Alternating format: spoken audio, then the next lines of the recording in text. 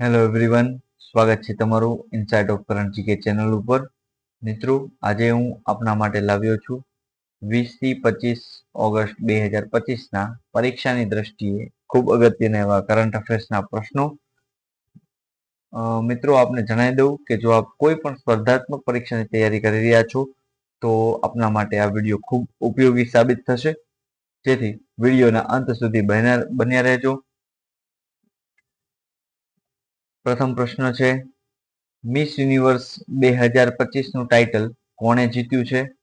તો સાચો જવાબ આવશે ઓપ્શન એ મનિકા વિશ્વકર્મા. અહીં જોઈ શકાય છે મનિકા વિશ્વકર્મા. 8 ઓગસ્ટ 2025ના રોજ જયપુર રાજસ્થાનમાં આયોજિત સમારોહમાં મનિકા વિશ્વકર્માને મિસ યુનિવર્સ ઇન્ડિયા 2025નો તાજ પહેરાવવામાં આવ્યો છે. આ તાજ છે જે 2024ની મિસ યુનિવર્સ છે રિયા સિંઘ દ્વારા પહેરાવવામાં આવ્યો છે. મનિકા વિશ્વકર્મા છે જે રાજસ્થાનના શ્રી ગંગાનગરના રહેવાસી છે. નેક્સ્ટ પ્રશ્ન છે, તાજેતરમાં વિશ્વ આરોગ્ય સંગઠન એટલે કે WHO દ્વારા ભારતના કયા પાડોશી દેશને રૂબેલા મુક્ત જાહેર કરવામાં આવ્યો છે? તો તેનો સાચો જવાબ આવશે ઓપ્શન બી નેપાળને. રૂબેલા વાયરસ છે જે આ રીતના એના સિમ્ટમ્સ હોય છે. નેપાળ છે જે WHO ના દક્ષિણ પૂર્વ એશિયા ક્ષેત્રમાં રૂબેલા નાબૂદ કરનાર છઠ્ઠો દેશ બન્યો છે. રૂબેલા છે જે વાયરસથી ફેલાતો રોગ છે. રૂબેલા સામે રસી MMR એટલે કે મિસલ્સ, મમ્સ અને રૂબેલા ઉપલબ્ધ છે જે આ રોગને રોકવામાં અસરકારક છે. WHO એ રૂબેલાને નાબૂદ કરવા માટે વૈશ્વિક સ્તરે રસીકરણ અભિયાન ચલાવે છે. નેક્સ્ટ પ્રશ્ન છે, 12મા મેન્સ એશિયા કપ હોકીનું શુભાંકર શું છે જેનું અનાવરણ બિહારના મુખ્યમંત્રી શ્રી નીતિશ કુમારે કર્યું છે? તો તેનો સાચો જવાબ છે ઓપ્શન સી ચાંદ. આ ટુર્નામેન્ટ 29 ઓગસ્ટથી 7 સપ્ટેમ્બર 2025 દરમિયાન બિહારના રાજગીર આંતરરાષ્ટ્રીય સ્ટેડિયમ ખાતે યોજાશે. ટ્રોફીનું નામ છે પ્રાઇડ જર્ની અને શુભાંકર છે એનું ચાંદ જે રાષ્ટ્રીય પ્રાણી વાઘથી પ્રેરિત છે. નેક્સ્ટ પ્રશ્ન છે, તાજેતરમાં આંતરરાષ્ટ્રીય ઓલિમ્પિક સમિતિએ કયા ભારતીય એથ્લીટને માનસિક આરોગ્ય રાજદૂત તરીકે નિયુક્ત કર્યા છે? તો તેનો સાચો જવાબ આવશે ઓપ્શન ડી અભિનવ બિંદ્રા. અહીં આપણે ફોટોમાં જોઈ શકાય છે અભિનવ બિંદ્રા.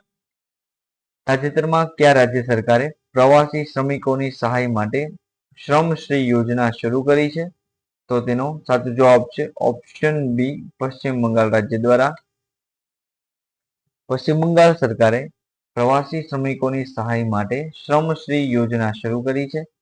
આ યોજના હેઠળ પાછા ફરેલા પ્રવાસી શ્રમિકોને 1 વર્ષ સુધી અથવા જ્યાં સુધી તેઓ રાજ્યમાં નવી નોકરી ન મેળવે ત્યાં સુધી દર મહિને ₹5,000ની આર્થિક સહાય આપવામાં આવશે.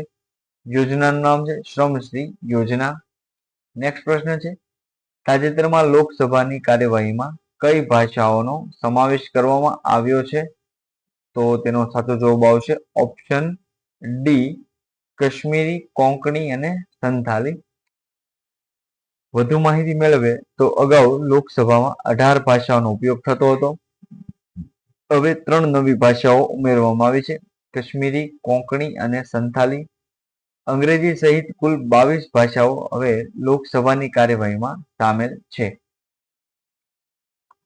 નેક્સ્ટ પ્રશ્ન છે, ઇસરો દ્વારા ગગનયાન મિશનનું પ્રથમ માનવ રહિત પરીક્ષણ G1નું ક્યારે લોન્ચ કરશે? તો તેનો સાચો જવાબ આવશે ઓપ્શન સી ડિસેમ્બર 2025 સુધીમાં લોન્ચ કરવામાં આવશે. અહીંયા આપણે જોઈ શકાય છે Gaganyaan mission ISRO Indian Space Research Organisation છે. ગગનયાન મિશનનો હેતુ છે મનુષ્યને સુરક્ષિત રીતે પૃથ્વીની નીચલી કક્ષામાં મોકલવા અને તેને સુરક્ષિત પાછા લાવવા. આ મિશન માટે LMV-3 launch vehicle mark 3 rocket દ્વારા લોન્ચ કરવામાં આવશે. આ મિશન અંતર્ગત 2 અનમેન્ડ મિશન G1 અને G2 લોન્ચ થશે. G1 છે જે ડિસેમ્બર 25 સુધીમાં લોન્ચ થવાની શક્યતા છે, જેમાં વ્યોમ મિત્ર નામનું એઆઈ સક્ષમ હ્યુમનોઇડ રોબોટ મોકલવામાં આવશે, જે અવકાશ યાત્રીઓની જેમ કાર્યો કરશે અને લાઈફ સપોર્ટ સિસ્ટમનું પરીક્ષણ કરશે. 2027માં પ્રથમ માનવ મિશન H1 લોન્ચ થવાની અપેક્ષા છે. નેક્સ્ટ પ્રશ્ન છે, ઓગસ્ટ 2025માં નાસા દ્વારા યુરેનસના નવા શોધાયેલા 29મા ચંદ્રનું નામ શું છે? ચંદ્ર મીન્સ ઉપગ્રહ. તો તેનો સાચો જવાબ આવશે option C, S25U first. Uranus અહીંયા જોઈ શકાય છે. 2 ફેબ્રુઆરી 2025ના રોજ યુરેનસનો 29મો ચંદ્ર એટલે કે ઉપગ્રહ શોધાયો, જેનું અસ્થાયી નામ SU-25U1 છે. આ ચંદ્રની શોધ નાસાના જેમ્સ વેબ ટેલિસ્કોપ દ્વારા થઈ હતી. મિત્રો, એક આપના માટે પ્રશ્ન છે, આપ કોમેન્ટ બોક્સમાં જણાવો, જેમ્સ વેબ સ્પેસ ટેલિસ્કોપ છે તે કોના દ્વારા બહાર પાડવામાં લોન્ચ કરવામાં આવ્યું છે અને કયા દેશનું છે? આ પ્રશ્નનો જવાબ આપ કોમેન્ટ બોક્સમાં જરૂર જણાવજો. નેક્સ્ટ પ્રશ્ન છે, તાજેતરમાં ભારતીય સેનાએ સૈન્ય નાગરિક એકીકરણ માટે સમન્વય શક્તિ 2025 નામનો અભ્યાસ ક્યાં યોજ્યો છે?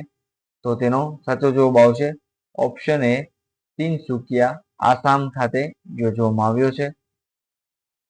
નેક્સ્ટ પ્રશ્ન છે, ભારતમાં કયું રાજ્ય મદ્રેસા બોર્ડ ભંગ કરી અલ્પસંખ્યક શિક્ષણ અધિનિયમ લાવનાર પ્રથમ રાજ્ય બન્યું છે? તો તેનો સાચો જવાબ આવશે ઓપ્શન સી, ઉત્તરાખંડ રાજ્ય દ્વારા મદ્રેસા બોર્ડને ભંગ કરીને અલ્પસંખ્યક શિક્ષણ અધિનિયમ લાવ્યા છે. ઉત્તરાખંડે મદ્રેસા બોર્ડ ભંગ કરીને અલ્પસંખ્યક શિક્ષણ અધિનિયમ લાવીને ભારતમાં પ્રથમ રાજ્ય બનવાનું ગૌરવ મેળવ્યું છે. નેક્સ્ટ પ્રશ્ન છે, તાજેતરમાં પસાર થયેલ ભારતીય પ્રબંધન સંસ્થા સંશોધન વિધેયક 2025 અનુસાર ભારતનું 22મું IIM Indian institute of management ક્યાં સ્થાપિત થશે? તો તેનો સાચો જવાબ આવશે ઓપ્શન એ, ગુવાહાટી, આસામ ખાતે ભારતનું 22મું ઇન્ડિયન ઇન્સ્ટિટ્યૂટ ઓફ મેનેજમેન્ટ સ્થાપિત થશે. નેક્સ્ટ પ્રશ્ન છે, તાજેતરમાં કયું રાજ્ય વન અને વન્યજીવ અપરાધ પ્રબંધન પ્રણાલી એટલે કે હોસ્ટાઇલ એક્ટિવિટી વોચ શરૂ કરનાર ત્રીજું ભારતીય રાજ્ય બન્યું છે? તો ત્રીજું ભારતીય રાજ્ય બની ગયું છે ઓપ્શન એ, તમિલનાડુ. તો તમિલનાડુ પહેલા કેરળ અને કર્ણાટક આ પ્રણાલી શરૂ કરી ચૂક્યા છે. તમિલનાડુ ત્રીજું રાજ્ય બન્યું છે. આનો ઉદ્દેશ છે વનો અને વન્યજીવો સાથે સંબંધિત અપરાધો પર નજર રાખવી અને તેને રોકવું. નેક્સ્ટ પ્રશ્ન છે, ગેંડાઓના ગેરકાયદેસર શિકાર અને વન્યજીવ વેપારને રોકવા માટે કયા રાજ્ય સરકારે ઓપરેશન ફોલ્કન શરૂ કર્યું છે? ઓપરેશન ફોલ્કન છે તે આસામ સરકાર દ્વારા શરૂ કરવામાં આવ્યું છે. આસામ છે જે ઓપ્શન બી સાચો જવાબ છે. ઓપરેશન ફોલ્કન આસામમાં વન્યજીવોના ગેરકાયદેસર શિકારને રોકવા માટે શરૂ કરાયેલ એક વિશેષ અને સમર્પિત પહેલ છે, જેનો મુખ્ય ઉદ્દેશ શિકારના નેટવર્કને નષ્ટ કરવું અને જોખમમાં મુકાયેલા વન્યજીવોને બચાવવા. આ પહેલ ખાસ કરીને કાઝીરંગા રાષ્ટ્રીય ઉદ્યાન જેવા વિસ્તાર માટે મહત્વપૂર્ણ બની રહે છે. નેક્સ્ટ પ્રશ્ન છે, તાજેતરમાં ભારતીય મૂળની કઈ યુવતીએ ઇંગ્લેન્ડ અને વેલ્સની સૌથી નાની વયની સોલિસિટર બનવાનું ગૌરવ મેળવ્યું છે? તો આ પ્રશ્નનો સાચો જવાબ આવશે ઓપ્શન બી, ક્રિશાંગી મેશ્રામ. ક્રિશાંગી મેશ્રામ અહીંયા આપણે જોઈ શકીએ છીએ. ક્રિશાંગી મેશ્રામે 21 વર્ષની વયે ઇંગ્લેન્ડ અને વેલ્સમાં સૌથી નાની વયની સોલિસિટર બનીને ભારતનું નામ રોશન કર્યું છે. નેક્સ્ટ પ્રશ્ન છે, તાજેતરમાં ડોનાલ્ડ ટ્રમ્પ અને વ્લાદિમીર પુતિન વચ્ચે શિખર સંમેલન ક્યાં યોજાયું હતું? તો તેનો સાચો જવાબ આવશે ઓપ્શન એ, અલાસ્કા, USA. અહીંયા આપણે ફોટામાં જોઈ શકાય છે.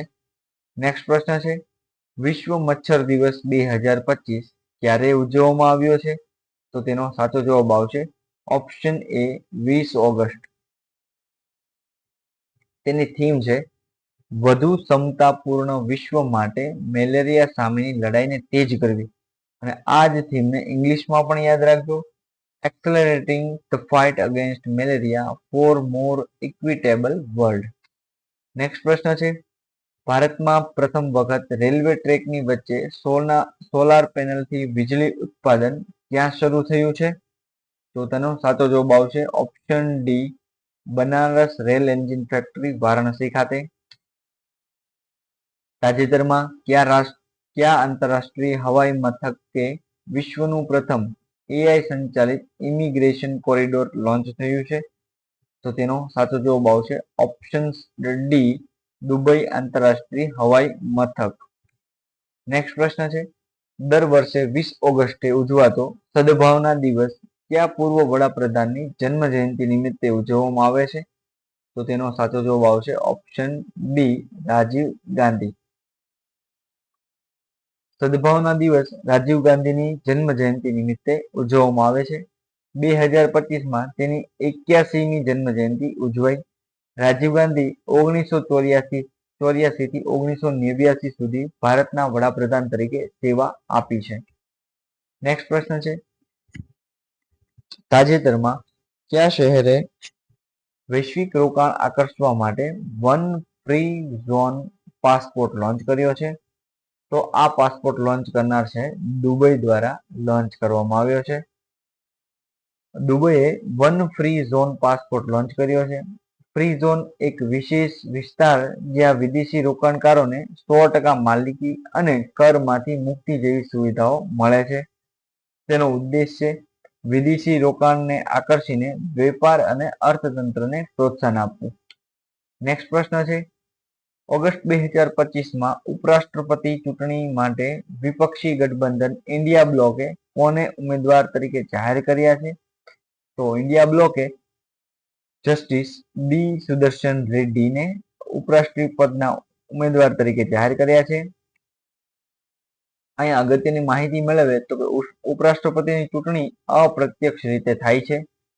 તેમાં બંને સદન ગૃહના તમામ સભ્યો, લોકસભા અને રાજ્યસભાના તમામ સભ્યો ચૂંટણીમાં ભાગ લે છે, પરંતુ રાજ્ય વિધાનસભાના સભ્યો ભાગ લેતા નથી. ચૂંટણી છે ગુપ્ત મતદાન દ્વારા થાય છે. તે પ્રમાણાત્મક પ્રતિનિધિત્વ પદ્ધતિ એટલે કે પ્રોપોર્શનલ રિપ્રેઝન્ટેશન અને સિંગલ ટ્રાન્સફરેબલ વોટ દ્વારા ચૂંટણી યોજાય છે. ઉપરાષ્ટ્રપતિના અગત્યના આર્ટિકલ જોઈએ. આર્ટિકલ 63 ઉપરાષ્ટ્રપતિનું પદ છે. આર્ટિકલ 64 ઉપરાષ્ટ્રપતિ રાજ્યસભાના અધ્યક્ષ રહેશે અને આર્ટિકલ 66 ઉપરાષ્ટ્રપતિની ચૂંટણીની રીત દર્શાવવામાં આવી છે. નેક્સ્ટ પ્રશ્ન છે, ઓગસ્ટ 2025માં ટ્વિટરના પૂર્વ સીઈઓ પરાગ અગ્રવાલે કયું એઆઈ સ્ટાર્ટઅપ લોન્ચ કર્યું છે? તો સાચો જવાબ આવશે option B, parallel web system. Parag અગ્રવાલે પેરેલલ વેબ સિસ્ટમ નામનું એઆઈ સ્ટાર્ટઅપ લોન્ચ કર્યું છે. આ સ્ટાર્ટઅપ એઆઈ એજન્ટો માટે એવું ઇન્ફ્રાસ્ટ્રક્ચર તૈયાર કરે છે જે તેમને વેબ પર વધુ કાર્યક્ષમતા અને ચોકસાઈથી કામ કરવામાં મદદ કરે છે. નેક્સ્ટ પ્રશ્ન છે, ભારત સરકારે કયા વર્ષ સુધીમાં ભારતીય અવકાશ સ્ટેશન એટલે કે ઇન્ડિયન સ્પેસ સ્ટેશન સ્થાપવા અને માનવયુક્ત ચંદ્ર મિશન લોન્ચ કરવાનું લક્ષ્ય નિર્ધારિત કર્યું છે?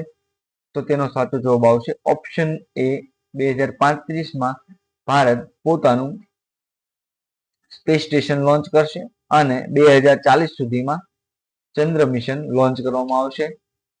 ભારતીય અવકાશ સ્ટેશન 2035 સુધીમાં અને માનવયુક્ત ચંદ્ર મિશન 2040 સુધીમાં લોન્ચ કરવામાં આવશે. આ ઘોષણા કેન્દ્રીય વિજ્ઞાન અને ટેકનોલોજી મંત્રી ડોક્ટર જીતેન્દ્રસિંહે કરી છે.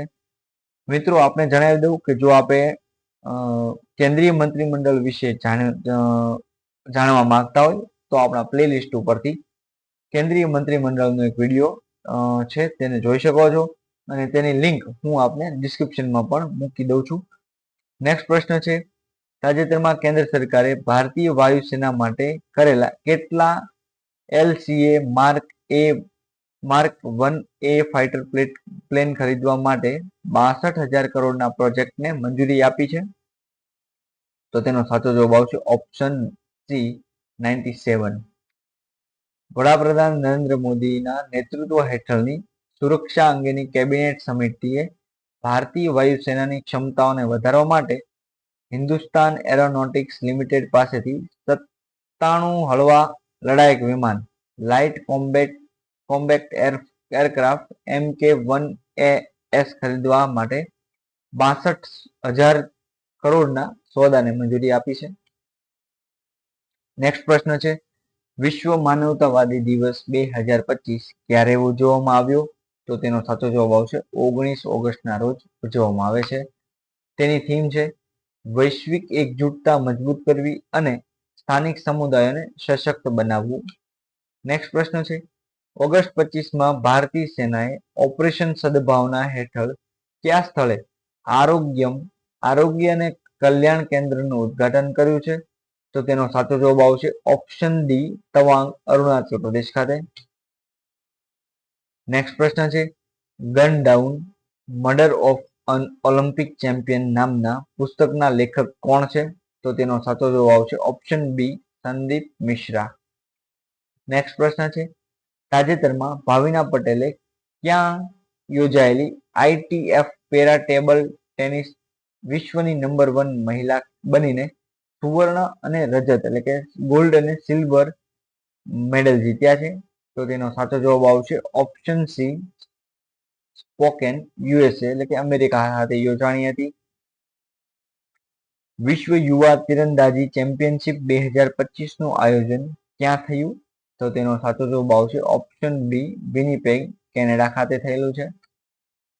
તાજેતરમાં ભારતે કયા સ્થળેથી અગ્નિ 5 ઇન્ટરમીડિયેટ રેન્જ બેલિસ્ટિક મિસાઇલનું સફળ પ્રક્ષેપણ કર્યું છે? તો તેનો સાચો જવાબ આવશે ઓપ્શન સી, ચાંદીપુર, ઓડિશા ખાતેથી. અગ્નિ 5 છે જે સરફેસ ટુ સરફેસ એટલે કે સપાટીથી સપાટી પર માર કરનારી બેલિસ્ટિક મિસાઇલ છે. આ મિસાઇલ શ્રેણીનો વિકાસ ભારતીય Defence Research and Development Organisation એટલે કે DRDO દ્વારા કરવામાં આવ્યો છે.